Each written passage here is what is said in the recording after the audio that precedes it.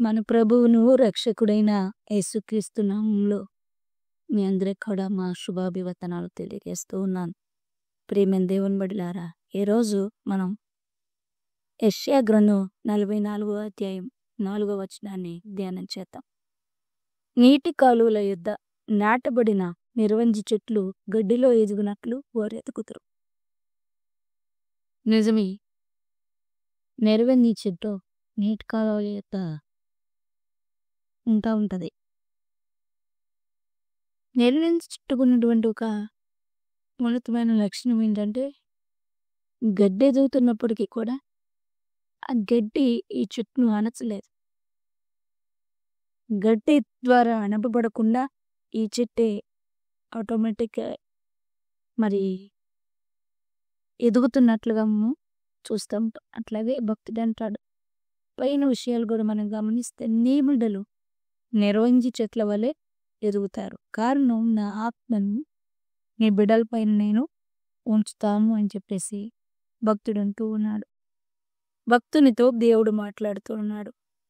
నిర్వంజి చెట్టుని మనం గమనించినట్లయితే దాని జీవితంలో భయంకరమైనటువంటి గడ్డి మొక్కలు కానీ లేదా దానిని అణిచివేసే పరిస్థితులు కానీ ఏవి వచ్చినప్పటికీ కూడా ఈ చెట్టు ఏం చేయదు, అది ఎదగటం అనేది మానదు. కానీ మరి ఈ యొక్క చెట్టుని మన ఆత్మీయ జీవితానికి సాదృశ్యంగా తీసుకున్నట్లయితే నిర్వంజి చెట్టులాగా మనం ఉండలేని పరిస్థితి. ఎందుకంటే శ్రమలు ఎక్కువైనప్పుడు, శోధనలు ఎక్కువైనప్పుడు, ఇరుకులు, ఇబ్బందులు, వేదన పెరిగిపోతున్నప్పుడు, ఆత్మీయ జీవితంలో మరి చెవి దగ్గర జోరేగలాగా విసిగించేటువంటి పరిస్థితులు వస్తూ ఉన్నప్పుడు మనం ఏం చేస్తామంటే నిర్వంజి చెట్టు ఎదిగినట్లు భక్తిలో ఎదగలేకుండా ఉంటాం. నిజమే, మరి చాలాసార్లు ఈ యొక్క గడ్డి అనేటువంటి భయంకరమైనటువంటి శోధనలు, శ్రమలు, ఇరుకులు, ఇబ్బందులు మన భక్తి జీవితాన్ని ఏం చేస్తూ ఉంటాయి అంటే అణచి వేస్తూ ఉంటాయి. అందుకే భక్తులు అన్నాడు, నిర్వంజి చెట్లు ఎదిగినట్లుగా భక్తులతో దేవుడు అంటున్న మాట, నీ బిడ్డలు ఎదుగుతారు. ఎందుకంటే నా ఆత్మను నేను వారి మీద కుమ్మరిస్తాను. ఎలా కుమ్మరిస్తానో తెలుసా? ఎండిన భూమి మీద ప్రవాహ జలములను కుమ్మరించదు. ఏ భూమి అయితే ఎండిపోయి ఉంటుందో, ఏ భూమి అయితే సారం లేకుండా ఉంటుందో, ఏ భూమి అయితే ఎవరికి ఉపయోగపడకుండా ఉంటుందో దాని మీద నేను ప్రవాహ జలములను కురిపించగలిగినటువంటి దేవుడను అని దేవుడు సెలవిస్తా ఉన్నాడు భక్తునితో. మరి ఈరోజు మీ పరిస్థితి ఎండిపోయినట్లుగాను, మరి ఒలిప్పు లేనట్టుగాను, ఎవరికి ఉపయోగకరంగా లేనట్టుగాను ఉందేమో నాకైతే తెలియదు. అయితే దేవుడు మాట్లాడుతున్న మాట, ఎండిపోయిన నీ జీవితం మీద, ఎండిపోయిన నీ పరిస్థితుల మీద నేను చేయబోయేటువంటిది ఏంటంటే విస్తారమైనటువంటి ప్రవాహ జలము అనేటువంటి ఒక ఆత్మను నీ మీద నేను కుమ్మరిస్తాను, నీ బిడ్డల మీద నేను కుమ్మరిస్తాను. కనుక నువ్వు అధైర్యపడకి అని ఈ ఉదయకాలం మనకి తెలియకేస్తా ఉన్నాడు. ప్రియ దేవుని బిడ్డలారా, మరి గమనించినట్లయితే నిర్వంజి చెట్టు మరి ఎంత చక్కగానో ఎదుగుతూ ఉన్నది అనేకులకు. అట్లాగే మన యొక్క ఆత్మీయ జీవితానికి కూడా ఈ యొక్క నిర్వంజి చెట్టు ఎంతగానో మరి ఉపయోగపడుతున్నట్లుగా మనం గమనించవచ్చు. మరి మన జీవితంలో ఎన్నోసార్లు మరి ఎదగలేని పరిస్థితి, నిలబడలేని పరిస్థితి, పట్టుకోలేని పరిస్థితి, తొక్కిసలాటలాంటి అనుభూతి అయినప్పుడు కూడా దేవుడు మాట్లాడే మాట ఏంటంటే నిర్వంజి చెట్టు ఎదిగినట్లుగా నీవు ఎదగాలి, నిర్వంజి చెట్టు నిలబడినట్లుగా నీవు నిలబడాలి. నీకున్నటువంటి అనేక సమస్యలను నువ్వు ధైర్యంగా దేవుణ్ణి ఆధారం చేసుకో, నువ్వు వాటికి చేయించాలి అని దేవుడు ఒక చెట్టు ద్వారంతో మాట్లాడుతూ ఉన్నాడు. స్తుతి అనగా జీవఫలము, మరి ఆరాధన అనగా ఆత్మఫలంగా ఉంది. వెళ్ళారా, ఎప్పుడైతే నువ్వు స్తుతిని నాలుకతో చేయడం ప్రారంభిస్తావో మరి ఆత్మీయ ఆరాధన నీలో ప్రారంభమవుతుంది. ఎప్పుడైతే నీలో ఆత్మీయ ఆరాధన ప్రారంభమైందో వెంటనే దేవుని కొరకు నిలబడి దేవుని ఆత్మను పొందుకుని అనేకులకు ఆశీర్వాదకరంగా నీ యొక్క ఆత్మీయ జీవితం ఉంటుంది. కాబట్టి గడ్డి ఒక మంచి మొక్కలను అణచివేస్తూ, తొక్కివేస్తూ ఉంటుంది. కానీ గడ్డిలో కూడా అద్భుతంగా తొక్కుతూ, ఆ గడ్డిని కూడా అద్భుతంగా తొక్కుతూ ఎదిగేటువంటి మొక్క ఈ యొక్క నిరవంజి చెట్టు.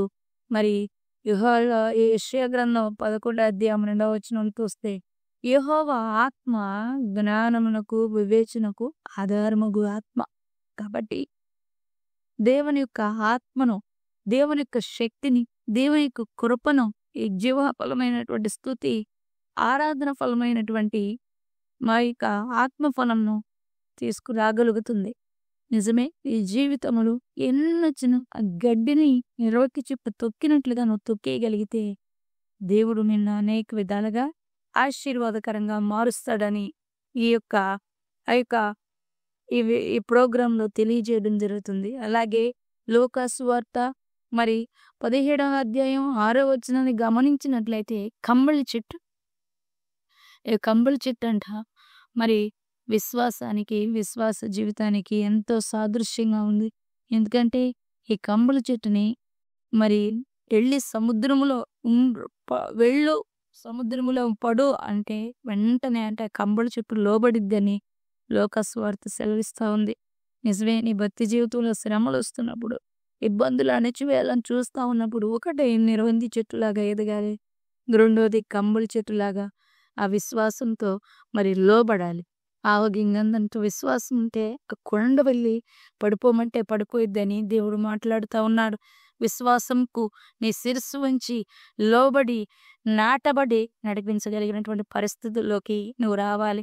బైబిల్లో ఉన్న ప్రతి మాట విశ్వాసంకు లోబడాలి. కంబళి చెట్టు దగ్గర అంట శబ్దం వస్తుందంట. దాని యొక్క కొమ్మలు శబ్దం చేయగానే దేవుడు వెంటనే కూడా దిగి వస్తాడంట. నిజమే, బైబిల్లో కంబళి చెట్టు శబ్దానికి దేవుడు బయలుదేరి మన యొక్క భక్తుడైనటువంటి దావీదుకి విజయాన్ని దయచేసినట్లుగా 2వ సమూయేలు గ్రంథము 5వ అధ్యాయం 24వ వచనంలో మనం గమనించగలుగుతాం. అక్కడ అంటుంది, యెహోవా కంబళి చెట్టు శబ్దమే నీ కొరకు ఆయన బయలుదేరుతాడు, నీ శత్రువును ఆయన అణచివేస్తాడు అని ఆ యొక్క పత్రికలో రాయబడినట్లుగా మనం చూస్తా ఉన్నాం. ఈ కంబళి చెట్టు దేవునికి, సేవకునికి మధ్య సపోర్ట్గా నిలబడింది. ఈరోజు నీ యొక్క శ్రమలన్నీ ఆనుచుకుని నిరవంజి చెట్టు వలె నువ్వు ఎదిగి మరి దేవునికి, ఆ యొక్క సేవనికి మధ్య మరి వాళ్ళిద్దరికీ కూడా సపోర్ట్ చేసేటువంటి ఒక విశ్వాసిగా, ఒక ఆత్మీయ బిడ్డగా నువ్వు ఉండగలిగితే అది నీకెంతో మేలుని చేకూరుస్తుంది. మరి శత్రువును హతమార్చే విధంగా మరి నీ జీవితం ఉండాలి. విశ్వాసము దేవుని పట్టుకుని, విశ్వాసంతో దేవుని పట్టుకున్నట్టే కన్నీళ్ళ నుండి, కష్టాల నుండి, ఆర్థిక పరిస్థితి నుండి, ప్రతి విషయం నుండి కూడా దేవుడు నిన్ను ఏం చేస్తాడంటే విడిపిస్తాడు. మరి చూసారా, మరి కంబళి చెట్టు అటువంటి ఇదంతా పాండిత్యానికి కూడా అందనటువంటి ఒక అద్భుతమైన చెట్టు అంట. మరి చూడండి, ఆ యొక్క చెట్టు లోబడిద్దంట దేవునికి. మరి ఆ యొక్క చెట్టు కొమ్మలు కదులుతా ఉన్నప్పుడు దేవుడు బయలుదేరతాడంట తన బిడ్డకు.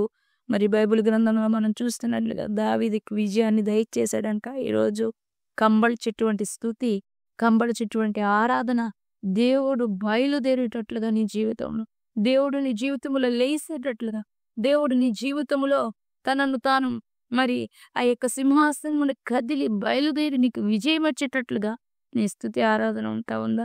ఏదో నోటి స్తుతి చేస్తా ఉన్నావా? హృదయపూర్వకమైనటువంటి స్తుతి చేస్తా ఉన్నావా? ఆలోచన చేయి, నువ్వు ఆరాధన చేయి, నువ్వు ప్రార్థన చేయి, నువ్వు దేవునితో గడుపు. అప్పుడు గట్టి మొక్కలన్నిటినీ అణిచి లేచినటువంటి ఒక నిరవకి చుట్టులాగా నువ్వు ఉంటావు. అలాగే నువ్వు విశ్వాసంగా బ్రతుకు. అప్పుడు కంబళి చెట్టు లోబడినట్లుగా నువ్వు లోగడు. నువ్వు కంబళి చెట్టు చేసేటువంటి స్తుతి, ఆ కొమ్మలు ఆడిచ్చినట్లుగా నువ్వు ఆరాధన స్తుతి చేయగలి. అప్పుడు దేవుడు నీ మీదకి దిగి వచ్చి ఈ పక్షంగా ఆశ్చర్యమైన, అద్భుతమైన, బలమైన కార్యాలను ఆయన జరిగిస్తాడు. ప్రియులారా, ఈ యొక్క గొప్ప ఎనాయిటింగ్ స్తుతిలో ఉంది, గొప్ప ఎనాయిటింగ్ ప్రార్థనలో ఉంది, గొప్ప ఎనాయిటింగ్ దేవుణ్ణి హత్తుకోవటంలో ఉంది. గనక ఈ ఉదయకాల సమయంలో నేను అంటున్నాను, నువ్వు ఆశ్చర్యమైన కార్యాలను, అద్భుతమైన కార్యాలను చూడగలగాలంటే మరి నీకు వస్తున్నటువంటి శ్రమలన్నిటినీ కూడా దేవుని ఆధారం తీసుకుని, దేవుని ఆత్మను ఆధారం చేసుకుని వాటన్నిటిని త్రొక్కిపెట్టి నిరవంగి చెట్టులాగా ఎదగాలి. అలాగే కంబళి చెట్టులాగా స్తుతి చేయాలి. ఈ 2 నువ్వు చేయగలిగినప్పుడు దేవుడు నిన్ను ఎంతగానో బలపరుస్తాడు ప్రియుడా. అనేకులకు ఆశీర్వాదకరంగా మారుస్తాడు. ఎండిపోయినటువంటి నీ యొక్క భూమిలో ఆయన ప్రవాహ జలాలను కుమ్మరిస్తాడు. నీ బిడ్డలకు ఆయన ఆత్మను అనుగ్రహిస్తాడు. నిన్ను ఎదిగింపజేస్తాడు. కనుక ఈరోజు నీ పరిస్థితులు ఎండిపోయి ఉన్నా, ఈరోజు నీ పరిస్థితులు ఇబ్బందికరంగా ఉన్నా కూడా దేవుని ప్రవాహ జలములు నీకు అందాలని ఈ యొక్క ప్రోగ్రాం ద్వారా మరి మేము కోరుకుంటూ ఉన్నాం. కాబట్టి అట్లాంటి నిర్వంజ చెట్టులాగాను, కంబళి చెట్టులాగాను మన జీవితాలు ఉండాలని, ఇంకా అంతకన్నా ఎక్కువగా దేవుని మనం మహిమపరచాలని ఈ యొక్క సందర్భంగా మీకు తెలియజేస్తూ ఉన్నాను. ప్రభు యొక్క ఆత్మ స్తుతించేవారిగాను, మరి దేవుని కొరకు ఎదిగేవారుగాను మనల్ని బలపరచునుగాక. ఆమేన్. God bless you.